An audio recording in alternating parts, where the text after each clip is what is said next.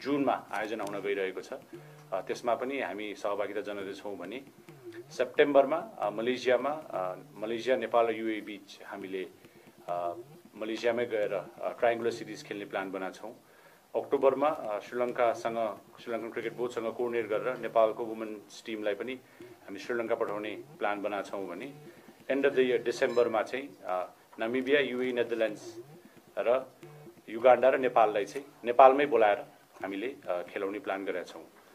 यो सँगसँगै अक्टोबरमा ACC men's under 19 premier cup छ। अन्डर 19 वर्ल्ड कप क्वालिफायर सकिसकेपछि त्यसपछि सेप्टेम्बरमा चाहिँ अन्डर 19 नेसनल क्रिकेट टुर्नामेन्ट हामी आयोजना गर्छौँ भने एन्ड अफ द इयर डिसेम्बरमा ACC men's under 19 Asia cup पनि छ।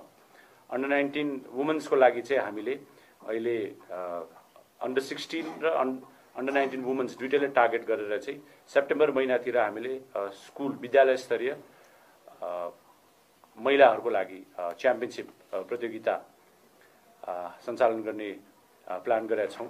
त्यस्तै गरी अक्टोबरमा चाहिँ अन्डर 19 को पनि एउटा नेसनल राष्ट्रिय प्रतियोगिता हामीले आयोजना गर्ने प्लान गरेका छौँ। अर्को हाम्रो ग्रासरुट क्रिकेट र एकदमै स्कुल र सानो तहबाट नै हामीले क्रिकेट डेभलप गर्नुपर्ने कारण नेसनल स्कुल च्याम्पियनशिप भन्ने एउटा एसएलसी सके लगतै एसएलसीमा सहभागिता जनाउने हाम्रो भाइहरूको लागि पनि एउटा नेसनल स्कुल च्याम्पियनशिप भनेर हामी प्रतियोगिता आयोजना गर्दैछौँ, जसमा जिल्ला, प्रदेश र केन्द्रमा जोडिएर हामीले हरेक प्रोग्राममा प्लानसम्म गरेका छौँ। यो सँगसँगै अरू विभिन्न राष्ट्रिय स्तरका प्रतियोगिताहरू पनि नेपाल क्रिकेट सङ्घसँग हाम्रा जिल्ला र प्रदेशहरूले पनि समन्वय गर्नुभएको छ। त्यसलाई हामीले चाहिँ प्रदेशले आयोजना गर्ने प्रतियोगिता र जिल्लाले आयोजना गर्ने प्रतियोगितालाई चाहिँ पछि भविष्यमा यही नेपाल क्रिकेट सङ्घकै क्यालेन्डरमा समावेश हुने गरी हामी सबै सामु प्रस्तुत हुने नै छौँ। अहिलेको लागि यो वार्षिक क्यालेन्डरमा हामीलाई यो पीएम कप सुरुभन्दा अगाडि पनि यो क्यालेन्डर सार्वजनिक हामीले आज गरेका छौँ। र अर्को कुरा भनेको अब नेक्स्ट सिनियर टिमको लास्ट 6-7 महिनादेखि उहाँहरू खेलिराख्नु भएको छैन, तर 2023 र 24 को हाम्रो ओभरअल क्रिकेटिङ सिजन हामीले हेर्ने हो भने एकदमै बिजी रहेको हुँदाखेरि नेक्स्ट 7-8 मन्थ्स त यो पीएम कप पछि एकदमै बिजी हुने स्केड्युल पनि छ। यो वर्ष हाम्रो एकदमै टप मोस्ट प्रायोरिटी भनेको एउटा सीडब्ल्यूसी को ओडीआईमा हामीले पोइन्ट्सहरू गेन गर्नुपर्ने छ भने जसरी पनि यसपालि चाहिँ हामीलाई विश्वकप पनि क्वालिफाई गर्नुपर्ने छ। विश्वकपको लागि पनि यसपालि अस्ट्रेलिया, एसिया र एसियालाई कम्बाइन हुँदाखेरि 3टा टिम चाहिँ एसियाबाट वर्ल्ड कप क्वालिफाई हुने हुँदाखेरि त्यो प्रिपरेसनको लागि भनेर चाहिँ हामीले एकदम केन्द्रित भएर प्लान र भिजनका साथ अगाडि बढिरहेका छौँ। त्यसैले यहाँहरू सामु जुन हामीले यो क्यालेन्डर प्रस्तुत भएका छौँ यही सम्बन्धी केही प्रश्नहरू छन्, केही जिज्ञासाहरू छन् भने यहाँ राख्न सक्नुहुनेछ। र 2025 क्यानको क्यालेन्डर चाहिँ आजबाट हामी अफिसियली घोषणा गरेका छौँ। र इफ देयर एनी क्वेसन्स कृपया राखिदिनु हुन हार्दिक अनुरोध गर्दछु। Thank you.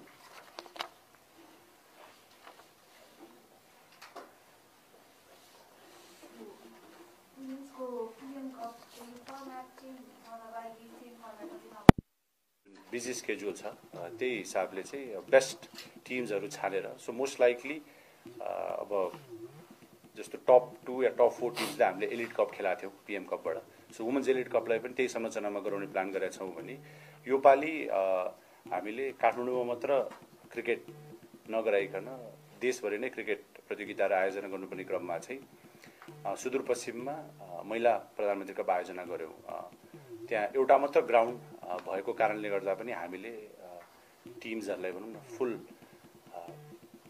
फर्मेटमा गराउन सकेनौँ। तर पनि भविष्यमा यदि 2टा ग्राउन्ड जति भएको खण्डमा चाहिँ लास्ट इयर हामीले महिला पीएम कपलाई चाहिँ राउन्ड रबिन सबैले सबैसँग खेलेर गरेका छ भने योपालि एउटा इन्टरनेसनल सिरिजको समय पनि पहिले तोकिएको थियो, नेदरल्यान्ड्स थाइल्यान्डसँगको सिरिज, र एउटा चाहिँ ग्राउन्डको अनअभाइलेबिलिटीले गर्दाखेरि गरेका थियौँ। सो होपफुली नेक्स्ट इयरसम्म अहिले जसरी पूर्वाधारहरू बन्ने क्रममा छन्, ग्राउन्डहरू जसरी बनिरहेका छन् देशभरि, मलाई लाग्छ हामी फुल फर्मेट जुन सिंगल राउन्ड रबिनमा आयोजना गरेका थियौँ त्यसरी नै आयोजना गर्ने प्लान छ नेक्स्ट इयरलाई। नेपाल क्रिकेट सङ्घको अस्ति भर्खरै मात्र बसेको केन्द्रीय बोर्ड बैठकबाट चाहिँ केही निर्णयहरू पनि हामी चाँडै नै भनौँ न यहाँहरू सामु ल्याउने नै छौँ। त्यही अन्तर्गतमा अब स्पेसली महिला क्रिकेटलाई केन्द्रित भएर चाहिँ अहिले सबैले सोधिराख्नु भएको छ कि विदेशी प्रशिक्षक आउनुहुन्छ या सपोर्ट स्टाफहरू के हुन्छ भनेर। त्यसमा हामीले चाहिँ एम्पावर गर्नुपर्ने छ हैन, प्रशिक्षकहरू कन्सल्टेन्ट्सहरू बोलाएर त्यो हामी जब आह्वान गर्छौँ, आह्वान गरिसकेपछि यहाँहरूलाई जानकार गराउने छौँ। अहिलेको लागि चाहिँ they will be international coaches consultants जसले नेपालको वुमेन्स टिमलाई चाहिँ सपोर्ट गर्नुहुनेछ। नेम लिस्टहरू आएका छन् 70, त्यो 70 जनाको नेम लिस्ट आए सँगसँगै अहिले हामी क्रिकेट सङ्घ चाहिँ त्यसलाई सर्ट लिस्ट गरेर विदिन द नेक्स्ट 2 विक्ससम्म यसलाई कन्फर्मेसन गर्ने र होपफुली सबै कुरा मिलेको खण्डमा पिएम कपको लास्ट हप्तासम्ममा नयाँ प्रशिक्षकलाई ल्याएर या पिएम कप सके लगायत नयाँ प्रशिक्षकलाई चाहिँ नेपालमा ल्याएर अप्रिल पछि उहाँलाई सम्झौता गरेर नै कन्ट्र्याक्ट सिस्टममा बाँध्ने योजना अहिले रहेको छ।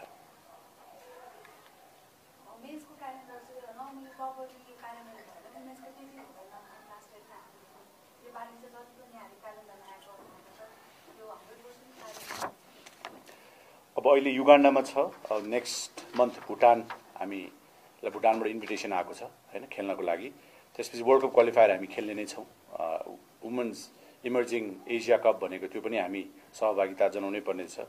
जुलाई र अगस्त अलिकता हामीलाई खाली देखेका छौँ भने त्यो T20 ट्रायङ्गुलर सिरिज मलेसियाले होस्ट गर्छु भनेर हामीलाई कन्फर्मेसन दिइसक्नु भएको छ। त्यसपछि अक्टोबरमा हामीले श्रीलङ्कासँग प्रपोज राखेका छौँ हैन। होपफुली त्यो पनि टुर भएको खण्डमा हामी वुमेन्स टिमलाई पठाउँछौँ भने एन्ड अफ द इयर डिसेम्बरमा चाहिँ इन्टरनेसनल टुर्नामेन्ट नेपालमै आयोजना गर्ने क्रममा चाहिँ यो वर्ष चाहिँ सायद धेरै इन्टरनेसनल सिरिज छ र we hope to take part and organise almost all of the tournaments that have been mentioned यो क्यालेन्डरमा।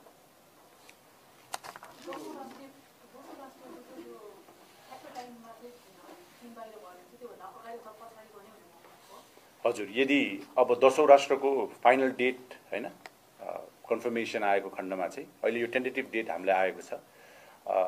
यदि अब नेपाल टिम बाहिर जान्छ भने चाहिँ त्यो इन्टरनेसनल स्केड्युल हामी चेन्ज गर्न सक्दैनौँ। तर त्योभन्दा अगाडि खेलाउनु पर्ने या जो 15 जनाले खेल्न भ्याउँदैन त्यो बाहेक अरू पनि राष्ट्रिय खेलाडीहरू छन्, उहाँहरूलाई नै हामीले त्यो नेसनल गेम्समा सहभागिता जनाउनु पर्ने हुनेछ।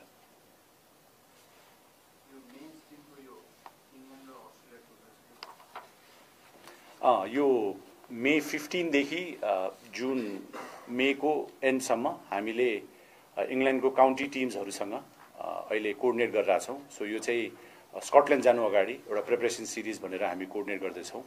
त्यसपछि नेपाल टुर अफ अस्ट्रेलियामा चाहिँ हामी नर्दर्न टेरिटरीमा विगतको लास्ट 4-5 वर्षदेखि टप एन्ड भन्ने एउटा टुर्नामेन्ट नर्दर्न टेरिटरी स्टेट एसोसिएसनले अर्गनाइज गरिरहेको थियो। लास्ट इयर पनि हामीलाई इन्भिटेसन आएको थियो, तर विश्वकप को तयारी प्लस बजेटरी कन्स्ट्रेन्ट्सले गर्दा हामीले त्योमा सहभागिता जनाउन सकेनौँ। सो त्यो प्रतियोगितामा चाहिँ बङ्गलादेशको, पाकिस्तानको ए टिम्सहरू सहभागिता हुन्छन् भने अस्ट्रेलियाको बिग ब्यास टिम्सहरूको प्लेयर्स र उनीहरूको प्रोभिजनल स्क्वाड र त्यो प्रतियोगितामा चाहिँ पर्थ स्कर्चर्स या सिडनी थन्डर भनेर अफिसियल स्टेट एसोसिएसनले नै टिम पठाएर खेल्नेछ। सो विश्वकपको लागि चाहिँ स्पेसली नर्दर्न टेरिटरीमा चाहिँ अस्ट्रेलियामा जाडो महिना हुँदा पनि त्यो ठाउँमा चाहिँ क्रिकेट खेल्ने माहौल वर्षैभरि भएको भएर चाहिँ यो हाम्रो प्रिपरेसन वाइज राम्रो प्रतियोगिता हुने र त्यो सँगसँगै त्यो प्रतियोगिता सके लगायतै एक्स्ट्रा 10-12 दिन बसेर चाहिँ क्रिकेट अस्ट्रेलियासँग र त्यहाँको स्टेट एसोसिएसनहरूसँग हामी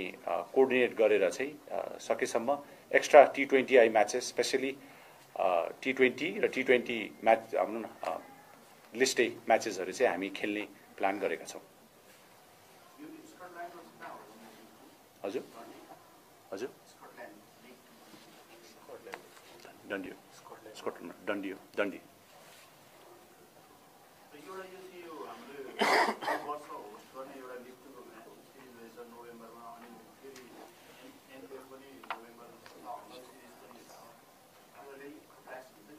we are not hosting any हजुरको CWC को म्याचेस होइन। नोभेम्बरको हाम्रो अहिले हामीले स्केड्युल हेऱ्यौँ भने हजुरको अक्टोबरको ओमानमा छ हैन।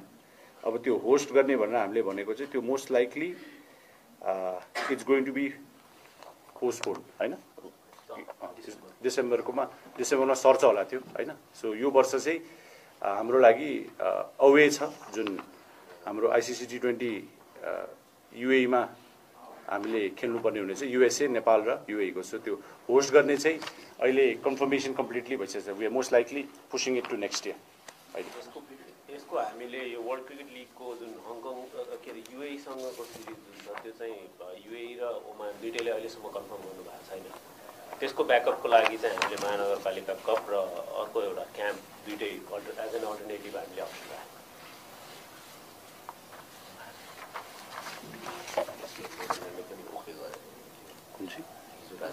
जुलाईमा।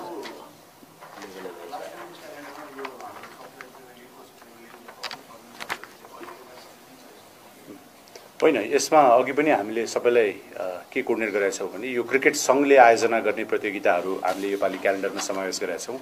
हाम्रो जिल्ला र प्रदेशले वार्षिक रूपमा जति पनि प्रतियोगिताहरू आयोजना गर्दै हुनुहुन्छ त्यसलाई चाहिँ पछि हामी समावेश गर्नेछौँ। जस्तो अहिले क्यानको पनि एउटा इन्टरनेसनल र डोमेस्टिक क्यालेन्डरलाई चाहिँ सँगसँगै लानुपर्ने, कति प्रतियोगिताहरूको चाहिँ एक्ज्याक्ट डेट टाइमलाइन फिक्स नभएको, अब कति प्रतियोगिताहरूलाई चाहिँ फेरि जिल्ला स्तरको प्रतियोगिताहरूलाई प्रदेश र जिल्लाले समन्वय गरेर स्याङ्सनिङ गर्ने अप्रुभल नेपाल क्रिकेट सङ्घबाट लिने भएको भएर ती प्रतियोगिताहरू डेफिनेटली आयोजना हुनेछन्। तर त्यसलाई चाहिँ हामीले क्यालेन्डरमा किन राखेको छैन, त्यो क्रिकेट सङ्घकै कार्यक्रम हुँदा पनि यो चाहिँ इन्टरनेसनल क्रिकेट सङ्घ आफै आबद्ध भएर क्रिकेट सङ्घले नै आयोजना गर्ने प्रतियोगिताहरूमा चाहिँ हामीले समावेश गरेका छौँ। फ्युचरमा जति पनि अरू घरेलु प्रतियोगिताहरू छन् त्यसलाई चाहिँ क्रिकेट सङ्घकै क्यालेन्डरमा समावेश गर्छु, तर टाइमलाइन फिक्स नभएको। बिकज अहिले नै हामीले क्यालेन्डर हेऱ्यौँ भने हाम्रो इन्टरनेसनल प्लेयर्सहरूको स्केड्युल एकदमै टाइट देखिएको छ। त्यसैले राष्ट्रिय स्तरको प्रतियोगिताहरू या नेसनल टुर्नामेन्ट्सहरू जिल्ला प्रदेशले आयोजना गर्नुहुन्छ भने त्यसलाई हामी यहाँहरूसम्म जानकारी नै गराउँछौँ। त्यो चाहिँ हामी जिल्ला प्रदेशसँग कोर्डिनेट गरेर डिरेक्टली यहाँहरूलाई जानकारी दिनेछौँ।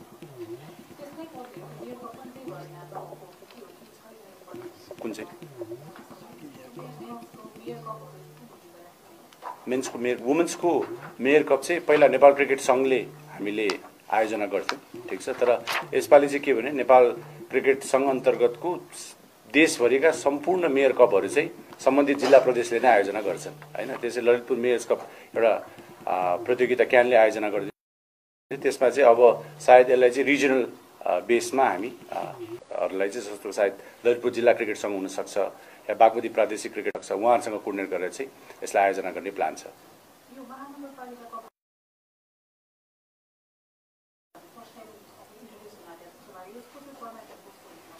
अब 6वटा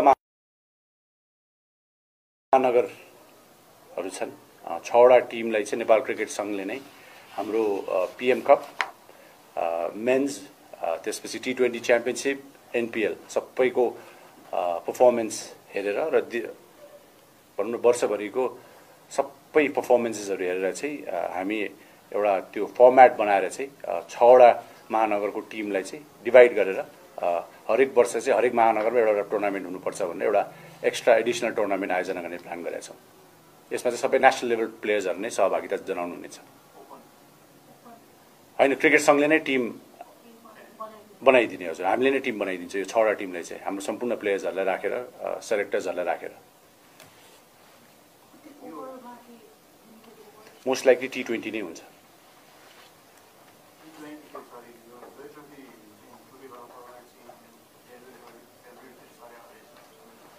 होइन, यो जय ट्रफी अब योपालि जनवरीमै गऱ्यौँ हामीले होइन। So most likely next year त्यही टाइममै गर्छौँ हामी जय ट्रफी पनि हामी।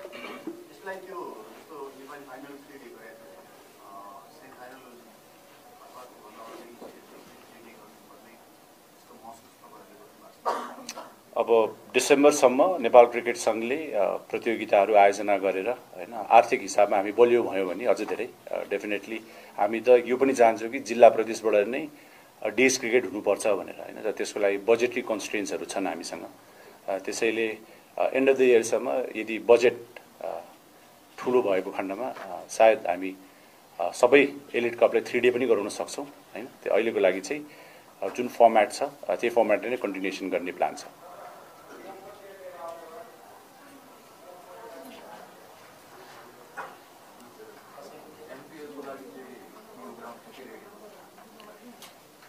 अब अब एनपिएलको लागि टियु ग्राउन्ड्स रेडी हुनुपर्ने हो होइन। अब एनपिएलको लागि भनेर हजुर हामीले तल्लो मूल पानी पनि अहिले तयारीको क्रममा छ।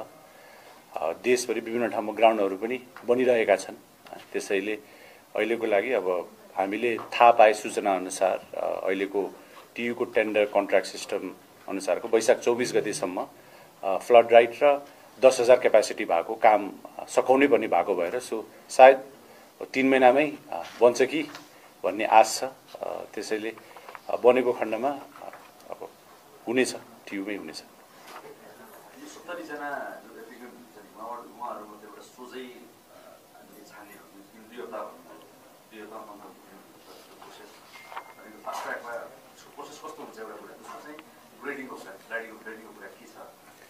खेलाडीको ग्रेडिङ पनि हामी सार्वजनिक गर्ने नै छौँ।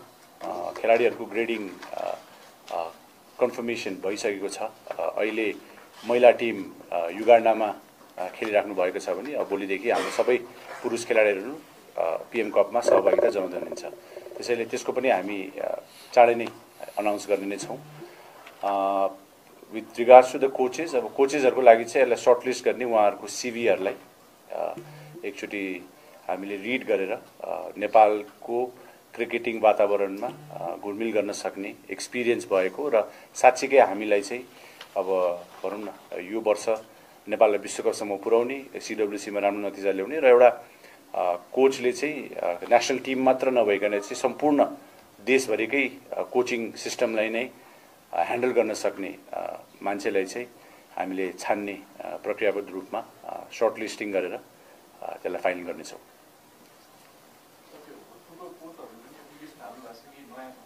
हजुर 2 जना पूर्व प्रशिक्षकहरूले नै फर्म भर्नु भएको छ होइन। तर त्यो बाहेक धेरै जस्तो सबै नयाँ नामहरू नै आएका छन् अहिले।